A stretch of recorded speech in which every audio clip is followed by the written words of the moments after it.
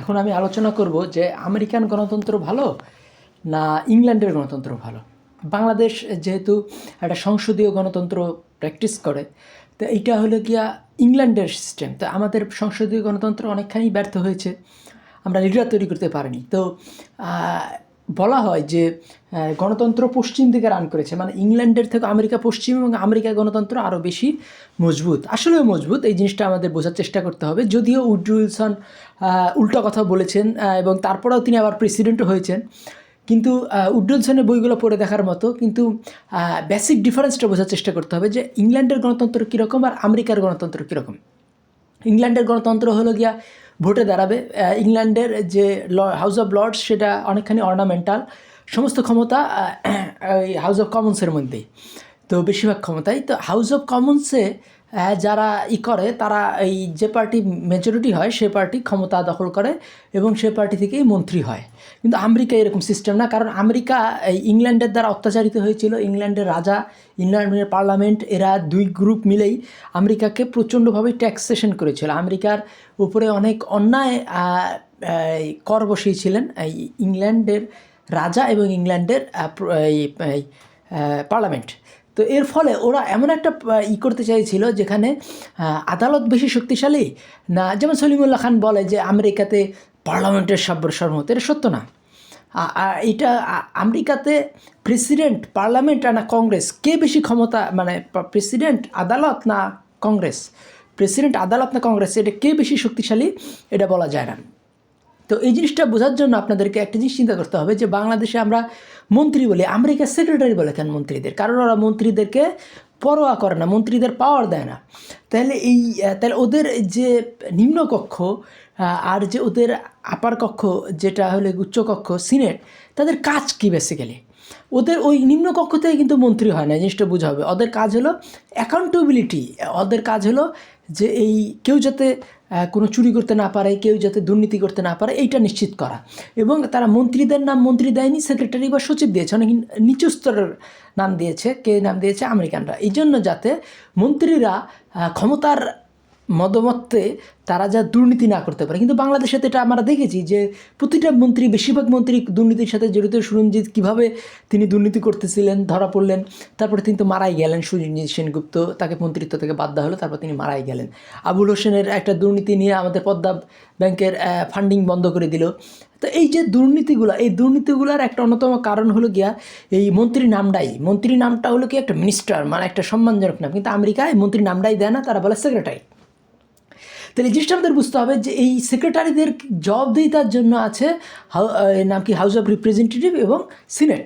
তো এদের কাজ হলো গিয়া বেতন নেওয়া এবং প্রত্যেকটা এই যারা করবে তাদেরকে স্ক্রুটিনি করা। আপনারা টিভিতে হয়তো দেখেছেন যে যে কোনো সেই এই মানে মার্কিন কংগ্রেসের সদস্য বা ওই হাউস অফ রিপ্রেজেন্টেটিভ অথবা সিনেট, এই দুইটারকে মেম্বারকে বলা হয় মার্কিন কংগ্রেস। তো মার্কিন কংগ্রেসের যে কোনো member, say house of representative হোক বা সিনেট হোক, তারা জেরার পর জেরা করে যাচ্ছে। কাকে? FBI ডিরেক্টরকে জেরা করতেছে, একটা সেক্রেটারিকে জেরা করতেছে। তাহলে এই যে ইভেন প্রেসিডেন্টেরও বিচার করছিল সিনেট, এই যে কেনেথ স্টার রিপোর্ট, মানে লোয়ার ইসে প্রেসিডেন্টকে ইমপিচ করা, এইগুলো ওদের নিয়মিত কাজ। যদিও ইমপিচ খুব কম ক্ষেত্রেই হয়, কিন্তু ইমপিচের যে বিচার প্রক্রিয়াটা এটা ওরা ফলো করে এবং সেটা টিভিতে তারা সম্প্রচার করে। তাহলে এই যে আমেরিকার গভর্নমেন্টকে বলা হয় চেক অ্যান্ড ব্যালেন্সের গভর্নমেন্ট, আর এই ইসের গভর্নমেন্টকে বলা হয় যে পার্লামেন্টারি গভর্নমেন্ট। তো চেক অ্যান্ড ব্যালেন্সের গভর্নমেন্টে যে এখানে এই কংগ্রেসের বেশি ক্ষমতা না কোর্টের বেশি ক্ষমতা না প্রেসিডেন্টের বেশি ক্ষমতা না এই হাউস অফ রিপ্রেজেন্টেটিভ বা আপার সিনেট, যেটা দুটো মিলে কংগ্রেস, এই দুইটার ক্ষমতা আসলে সবার কাছে সবাই দায়বদ্ধ। এই জিনিসটা আমাদের বুঝতে হবে যে আমেরিকার বেশিরভাগ, মানে বলতে গেলে সব মন্ত্রীগুলো টেকনোক্র্যাট। এখানে যোগ্য ব্যক্তিকে প্রেসিডেন্ট খুঁজে খুঁজে এসে প্রস্তাব করেন এবং এই সিনেটের বা এই মার্কিন কংগ্রেসের অনুমোদনের পরে তারা মন্ত্রী হিসাবে যোগ দেন।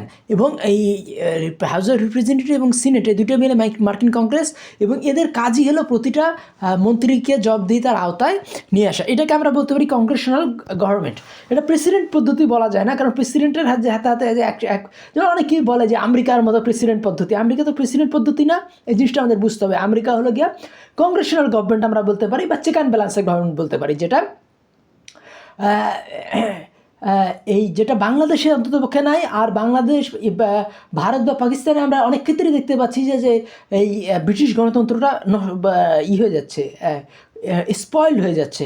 তো এই জিনিসটা আমাদের বুঝতে হবে যে এই আমেরিকায় যেমন উড্রো উইলসনের মতো জ্ঞানী রাষ্ট্রনায়ককে আমরা পাবো। আমরা অবশ্যই সবসময় চাই যে আমাদের স্টেটম্যান গড়ে উঠুক, ডেমাগগ না। ডেমাগগ হলো কি, যারা মানে পপুলার দাবির কথা মানে মিথ্যাভাবে বইলে ক্ষমতায় আসে, কিন্তু উদ্দেশ্য থাকে তার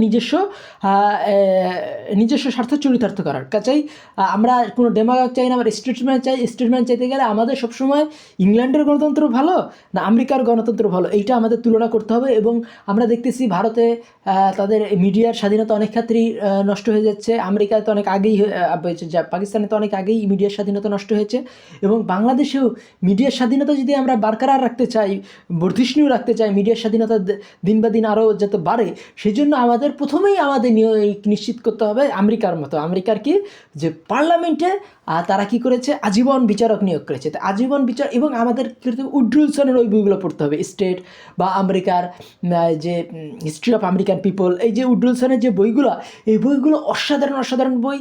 উড্রো উইলসন কিন্তু মানে প্রিন্সটনের মতো জায়গায় তিনি প্রেসিডেন্ট হিসাবে বেশ প্রায় 10 বছরের মতো ছিলেন। তারপরে তিনি এখানে হিসাবে এই আমেরিকার গভর্নর হিসাবে একটা প্রদেশের, নিউ জার্সির গভর্নর হিসাবে তিনি নির্বাচন করেন এবং নির্বাচিত হন, এবং তার 2 বছর পরে তিনি মানে আমেরিকার প্রেসিডেন্ট হিসাবে নিয়োগপ্রাপ্ত হন।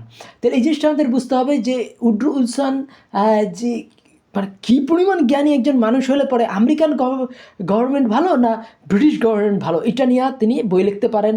এবং এই জিনিসটা আমাদের বুঝতে হবে যে আমেরিকার যারা করেছিল, এই যে কনস্টিটিউশন তৈরি করেছিল, আমেরিকাতে একটা বলা হয় কনস্টিটিউশনাল গভর্নমেন্ট।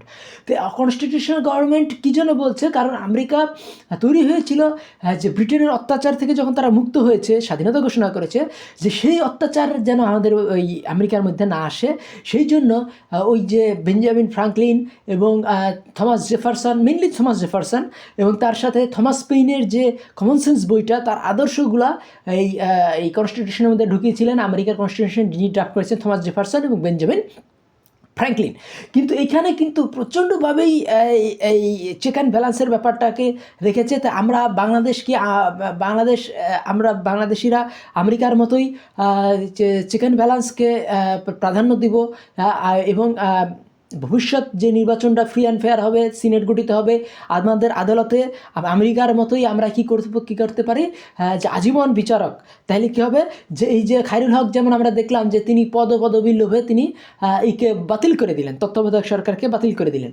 তো এই ধরনের কাজগুলো তাহলে আর ঘটবে না, কারণ তিনি তো আজীবন বিচারক, তিনি তো দেশের এই মানে চাকরি করে গেলে তিনি কোন পোস্টে যোগ দেবেন এই ধরনের কোনো টেনশন থাকবে না। তো কাজেই এই যে লুতিফুর রহমান থেকে শুরু করে যাদের বিরুদ্ধেই কিছু অভিযোগ উঠছে যে রিটায়ারমেন্টের পরে তারা কিছু সুবিধা নিয়েছেন, মানে ওই বাড়িতেই তারা ছিলেন যে বাড়ি তাকে অ্যালট করেছিল, রিটায়ারমেন্টের পরে তো বাড়ি ছেড়ে দেওয়ার নিয়ম, কিন্তু এইসব মানে প্রধান বিচারপতি যারা তত্ত্বাবধায়ক সরকারের উপদেষ্টা হয়েছিলেন, তাদেরও কিন্তু কিছু সুবিধা, বয়স বাড়ায় দেওয়ার ব্যাপার এগুলো আসছে। তো এই ধরনের যে এই মানে যদি আপনি আজীবন বিচারক থাকে, তার তো আপনি বয়স বাড়াতে পারেন না, তার তো বয়স লিমিটই নেই। তো কাজে আমাদেরও ওই তো আজীবন বিচারকে যেতে হবে, মানে বেশি চেক অ্যান্ড ব্যালেন্সের যে এই আমেরিকান চেক অ্যান্ড ব্যালেন্সের যে দিকে আমাদের যেতে হবে। কারণ এই ব্রিটিশ ব্যবস্থা ব্যর্থ হওয়ার পরেই কিন্তু আমেরিকা, যেহেতু ব্রিটিশরা এই কলোনিয়াল আমেরিকাতে একই জাত হওয়া সত্ত্বেও যেভাবে অন্যায় করেছে, সেই জন্য তারা ব্রিটিশ ওই সিস্টেমটাকে তারা আরও রিডিফাইন করে আমেরিকান কনস্টিটিউশন করেছে, যেখানে আদালতের ক্ষমতা বেশি না এই প্রেসিডেন্টের ক্ষমতা বেশি না কংগ্রেসের ক্ষমতা বেশি, এটা কেউ বলতে পারে না। তো কাজেই আমাদেরও যেহেতু এই পার্লামেন্টারি সিস্টেম যেটা ব্রিটিশকে আমরা ফলো করেছি, সেটা অনেক ক্ষেত্রে ব্যর্থ হয়েছে। কাজেই আমাদেরও ওই আমেরিকান মডেলে যে কংগ্রেশনাল গভর্নমেন্ট যেটাকে বলে, সে ধরনের যেখানে এই পার্লামেন্টে 2টা কক্ষ থাকবে এবং আদালতের ক্ষমতা বেশি না প্রেসিডেন্টের ক্ষমতা বেশি, না প্রেসিডেন্ট যদি আমরা অত গুরুত্ব নাও দিই, কিন্তু আদালত আর সিনেট এবং ইসের মধ্যে এই যে ইস্যুর মধ্যে আমাদের ব্যালেন্স করতে হবে। হাউস অফ কমন্স বা প্রতিনিধি পরিষদ, হাউস অফ রিপ্রেজেন্টেটিভ, এটার মধ্যে 3টার মধ্যে চেক অ্যান্ড ব্যালেন্স, এবং প্রেসিডেন্টকেও একটু ক্ষমতা একটু বাড়াইতে হবে। তাহলে কী হবে, বাংলাদেশে আমেরিকার মতোই একটা চেক অ্যান্ড ব্যালেন্সের সরকার আসবে এবং ওই মন্ত্রীগুলো যদি আমরা টেকনোক্র্যাট মন্ত্রী নিয়োগ দেই তাহলে কী হবে, ওই মন্ত্রীদের নাম মন্ত্রী রাখার জন্য আমেরিকার মতো সেক্রেটারি করতে হবে বাংলাদেশে, তাহলে কী হবে, তাদের অহংকার কমে যাবে এবং তাদেরকে কন্টিনিউয়াসলি তাদেরকে নিতে হবে টেকনোক্র্যাট, বিভিন্ন যে ফিল্ডে ভালো, কেউ যদি মাইনিংয়ে ভালো হয় তাকে খনিজ সম্পদ মন্ত্রী বানাইতে হবে, কেউ যদি যোগাযোগে ভালো হয়, হ্যাঁ, তাহলে যেমন আমাদের এইকে যোগাযোগ মন্ত্রিত্ব দেওয়া যায়, যেমন আমাদের এই ইলিয়াস কাঞ্চন, যিনি বাংলাদেশের এই যে প্রতিদিন তা প্রায় 12 থেকে 14 জন লোক রাস্তায় হয়ে যাচ্ছে, অ্যাক্সিডেন্টে মারা যাচ্ছে, আরও তো মানে 6,000 লোক প্রতি বছর মারা যাচ্ছে রোড অ্যাক্সিডেন্টে বাংলাদেশে, এবং আহত হচ্ছে কত, তার তো ইয়ত্তাই নাই। তাহলে সেটা হবে হয়তো আরও 3-4 গুণ, প্রায় 12,000 বা 18,000 লোক আহত হচ্ছে রোডে। তাদের জীবনে দেশের জন্য তারা পঙ্গুত্ব এবং দেশের জন্য তারা অকর্মণ্যতা এবং একটা বোঝা নিয়ে আসতেছেন। কাজে আমাদের উচিত হবে ইলিয়াস কাঞ্চনের মতো লোককে যদি আমরা নির্বাচনের দরকার নাই, এটা আমাদের এই প্রতিনিধি পরিষদ এবং সিনেট দুই জায়গায় যদি অনুমোদন পাওয়া যায় তাহলে তাকে আমরা এই টেকনোক্র্যাট মন্ত্রী হিসেবে নিয়োগ দিতে পারি। তাইলে কী হবে, এই মন্ত্রীরা ভয় থাকবে, কারণ তার সাথে নির্বাচিত না, কিন্তু নির্বাচিত লোকেরা তাকে কী করবে, ওই অ্যাকাউন্টেবিলিটি, তাকে সওয়াল জবাব করবে, তাকে প্রশ্ন করবে এবং সেই প্রশ্নের ফলেই তিনি সোজা থাকবেন এবং তিনি অন্যায় থেকে বিরত থাকবেন। জবাবদিহিতা, অ্যাকাউন্টেবিলিটি এবং বাংলাদেশের যে এই স্বৈরাচার বা তেলার ফ্যাসিবাদ কখনো ফেরত আসতে পারো না। আমার কথাগুলি ভালো লাগলে আমার চ্যানেল সাবস্ক্রাইব করুন, লাইক বাটন ক্লিক করুন। ধন্যবাদ।